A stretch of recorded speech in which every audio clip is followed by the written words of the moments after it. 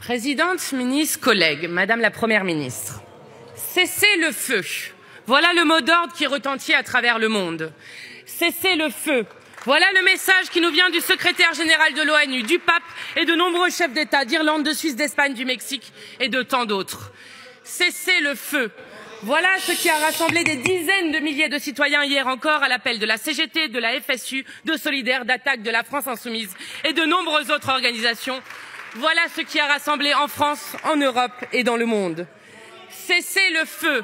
Voilà l'appel que vous vous refusez toujours à lancer. Dans le concert des nations pour la paix, la voix de la France manque. À l'heure où je parle, 1400 Israéliens ont été tués et 5100 blessés par les crimes de guerre perpétrés par le Hamas. À l'heure où je parle, plus de 5000 Palestiniens ont été tués et 15 000 blessés par les crimes de guerre de Tsahal. S'il vous plaît. Nous pensons à tous les otages détenus aujourd'hui, parmi eux à nos compatriotes, que vienne au plus vite leur libération. Nous pensons aux 200 morts étrangers, aux 30 familles françaises endeuillées, ainsi qu'aux 7 Français aujourd'hui disparus. Face à cette spirale de la violence, la France doit parler d'une voix forte pour œuvrer à la paix et au cessez-le-feu. Car seul un cessez-le-feu immédiat permettra de sauver des dizaines de milliers de vies innocentes. Seul un cessez-le-feu permettra que les otages puissent être libérés et que les bombes cessent de pleuvoir sur une population palestinienne prise au piège dans ce que Dominique de Villepin appelait à juste titre une prison à ciel ouvert. Ces temps tragiques que nous traversons appellent à avoir le courage de la paix et à ne pas céder à l'escalade meurtrière de la guerre. Au lieu de faire preuve de ce courage, vous avez affiché un soutien inconditionnel au gouvernement d'extrême droite israélien. Israël a le droit de se défendre, avez-vous dit, en rajoutant depuis quelques jours, devant l'horreur de la punition collective infligée à l'ensemble de la population palestinienne. Allez, un peu de silence, s'il vous plaît, madame. Israël a le droit de se défendre, mais dans le respect du droit international. Le constat est pourtant sans appel.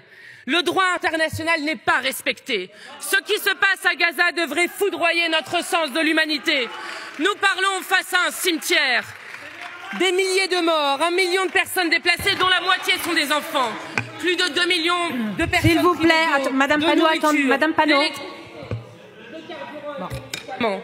Des milliers de bombardements de l'armée israélienne, l'emploi de phosphore blanc dénoncé par 2 ONG internationales, 59 attaques contre des établissements de santé, 170 établissements scolaires touchés.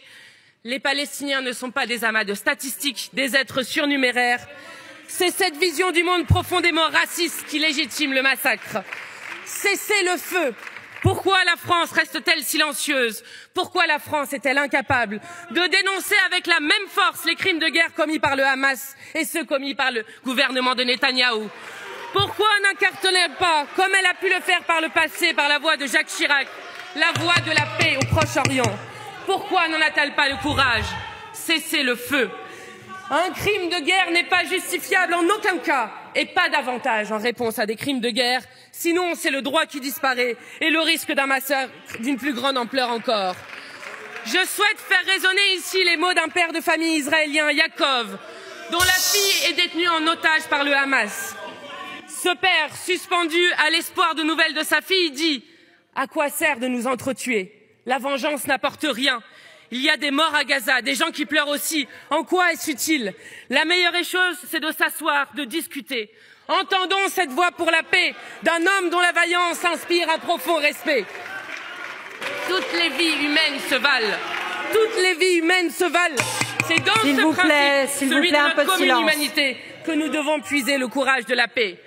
Madame la Première ministre, nos larmes ne peuvent pas être à géométrie et à géographie variables. Ainsi, nous pleurons les victimes des atroces crimes de guerre du Hamas, tout comme nous pleurons les milliers de morts des crimes de guerre commis par le gouvernement israélien.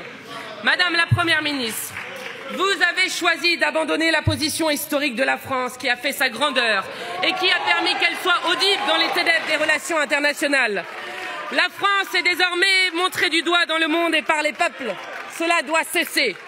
Membre du Conseil de sécurité de l'ONU, la France doit peser de tout son poids pour permettre l'adoption d'une résolution exigeant un cessez-le-feu pour arrêter cette escalade meurtrière. Cet abandon de l'engagement historique de la France pour la paix est arrivé à son paroxysme jeudi dernier. Au Parlement européen, les eurodéputés macronistes ont voté contre la proposition des Insoumis pour un cessez-le-feu à Gaza. Au lieu du courage de la paix, vous vous abandonnez à la pente inarrêtable de la guerre. La France, autrefois voix de la paix à travers le monde, est entre vos mains devenue un État aligné sur les États-Unis et sur le gouvernement israélien va en guerre d'extrême droite. Oui, d'extrême droite. Un gouvernement dont le ministre de la Défense a déclaré « Nous combattons des animaux humains » en parlant du peuple palestinien. Un gouvernement et son Premier ministre Benyamin Netanyahou qui ont sciemment fait monter le Hamas. Ainsi, il l'expliquait en 2019 aux députés du Likoud. Quiconque veut contrecarrer la création d'un État palestinien doit soutenir le renforcement du Hamas et transférer de l'argent au Hamas. Cela fait partie de notre stratégie. Voilà à qui vous apportez votre soutien inconditionnel.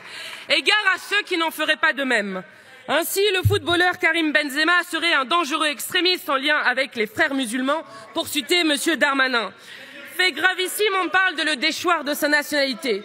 Son tort, un tweet de soutien aux femmes et enfants de Gaza sous les bombes. S'il vous plaît, mes chers collègues, un peu de silence. La France de Darmanin est devenue le pays où le seul crime de Benzema est de s'appeler Karim. Madame la Première ministre, rendez-vous compte, il n'y a qu'en France où la solidarité avec un peuple bombardé depuis 14 jours est criminalisée. Ainsi, votre ministre de l'Intérieur, encore lui, a commencé par interdire systématiquement toutes les manifestations de soutien au peuple palestinien, manifestations pourtant autorisées partout à travers le monde. Il n'y a qu'en France où un responsable de la CGT est arrêté à 6 heures du matin chez lui pour apologie du terrorisme du fait d'un tract appelant à la paix. Il n'y a qu'en France où le président de l'Union juive pour la paix est arrêté à Strasbourg et mis en garde à vue parce qu'il était présent à une manifestation de soutien au peuple palestinien. Madame la Première ministre, la France doit urgemment agir pour le cessez-le-feu, pas faire taire ceux qui le demandent. Cessez-le-feu, Madame la Première ministre. Voici les mots que la France doit retrouver. Cessez-le-feu. Voilà les mots que nous prononçons depuis plus de 2 semaines désormais et qui nous valent tombereaux d'insultes et menaces de mort. La gravité du moment appelle pourtant à la solennité et au sérieux, pas aux polémiques franco-françaises. Depuis 2 semaines, nous sommes repeints en antisémites par des irresponsables. Notre tort, appeler à la paix et parler de crimes de guerre. Je le redis avec force. Contre les antisémites, nous nous tiendrons comme nous l'avons toujours fait, aux côtés de tous nos concitoyens de confession juive.